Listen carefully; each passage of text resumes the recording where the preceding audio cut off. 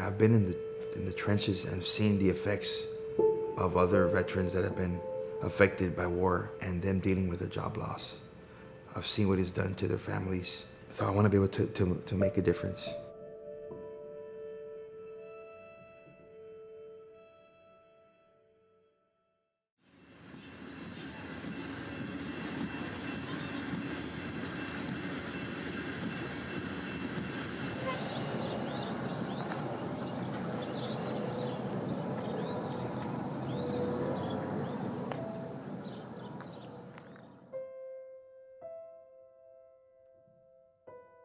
Driving back from the valley, I remember my grandmother seeing a black and white, which was a state trooper car, and there's Grandpa, there goes Grandpa. I still remember that trip, and I said, that's what I want to do. When I get out of the Army, I want to be a state trooper. When I was struggling, I would tell myself, well, I need to get ready because, by faith, I will be selected to become a state trooper.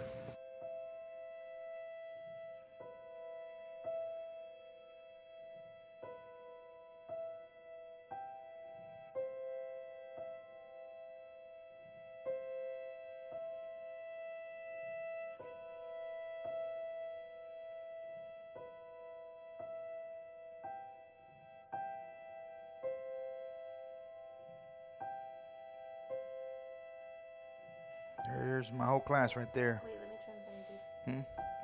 Yep, that's it. There's pride and support and patriotism and flags waving, but I don't see the same kind of welcome as I see when they depart.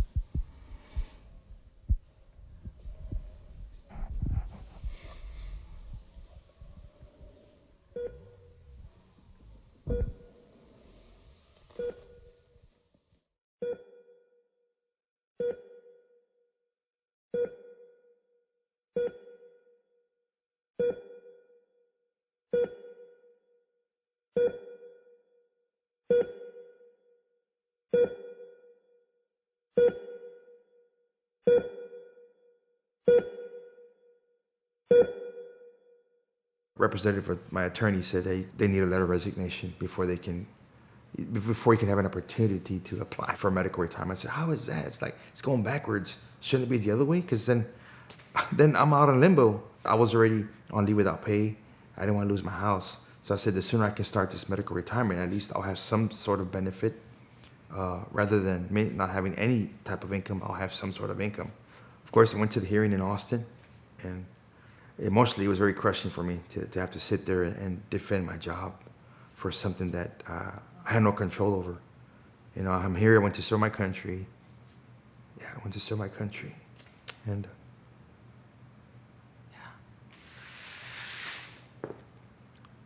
it's hard because my hands were tied.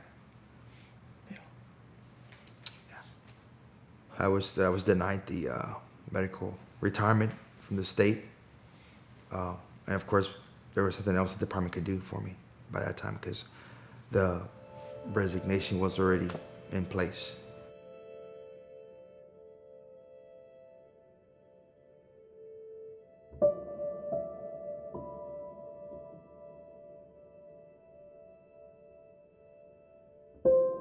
I think that there isn't enough education and training and there just isn't enough outreach and advocacy to cover the role that our first responders play in our community. I didn't get hurt because I wanted to get hurt in Iraq. I got hurt because I got hurt. It wasn't an option for me to get hurt. So why is it an option that when I have to go get treated at the VA, I have to take my own personal time, sick time? These are young men and women who had the courage and the passion of something bigger than themselves, man. And we need to foster that. We need to show them how much we care about them. But we're not doing that if we're making them take their own time to take care of illnesses they had when they were in the military, deployed to combat zones. With the second state with the highest veteran population, how are we not taking care of them? You're talking about servicemen and women that go to fight for our freedom, but then that also protect us every day.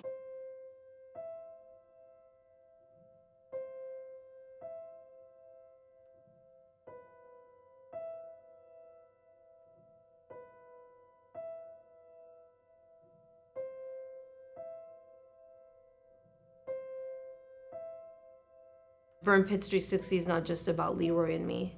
It's about, can we reach that soldier before he pulls the trigger?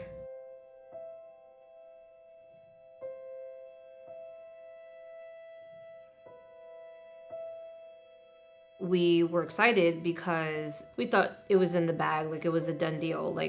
Texas is for veterans, and that wasn't the case. It passed unanimously in the House side. On the Senate side, we had some resistance, and come to find out that it was shot down. I couldn't see any state representative or senator opposing a bill eventually deliver specialized health care and compensation and benefits to the widows, to the families of those affected by war. One of the volunteers from our organization lost a brother as a result of deployment-related exposures, such as burn pits. When he found out that no one was really giving us a real reason why the bill didn't pass, he made it his mission to find out. Ultimately, he was able to obtain a letter from TLR. We weren't getting answers from our elected officials, but we were able to get answers directly from the agency that actually took part in making sure that bill was pulled and shut down completely.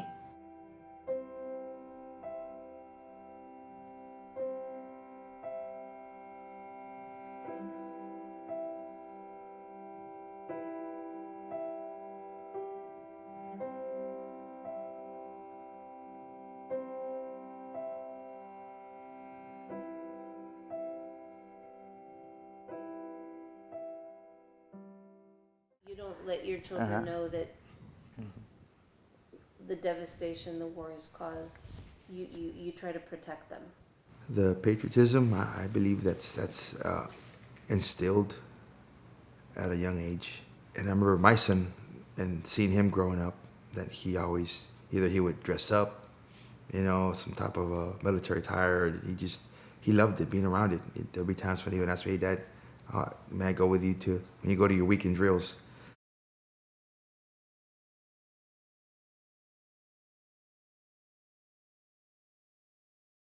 Looking back to the time that he decided that I'm going to join the service, at no time did I ever discourage him. The advice I gave him, that always ask questions. If something doesn't feel right, if there's an environment that doesn't feel right, or a certain smell or something, I said, ask questions, and investigate. As a human being, that you're entitled to that. If it's something that's going to affect you, and that is something that is careless or that is being used reckless, it is your right to know. How do I feel about it being a small town from Texas? I'm proud. Leroy being from such a small town, of just love and support, right, for their local first responders or their war heroes. Mr. Torres with the Burn Pits 360 is bringing awareness to an issue that not too many people are aware of, and that is one reason that we support him wholeheartedly. We have been successful in having presence on a national level, on a state level.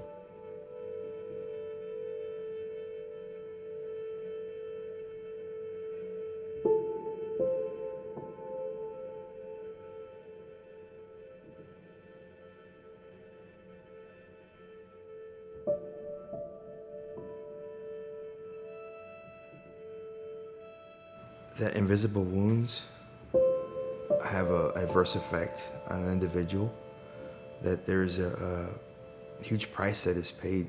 You go and serve, and you can expect to lose a limb or get shot, but in something like this that was due to a negligence or the way things were handled, to rid of waste, that there is a huge need of awareness to push the effort.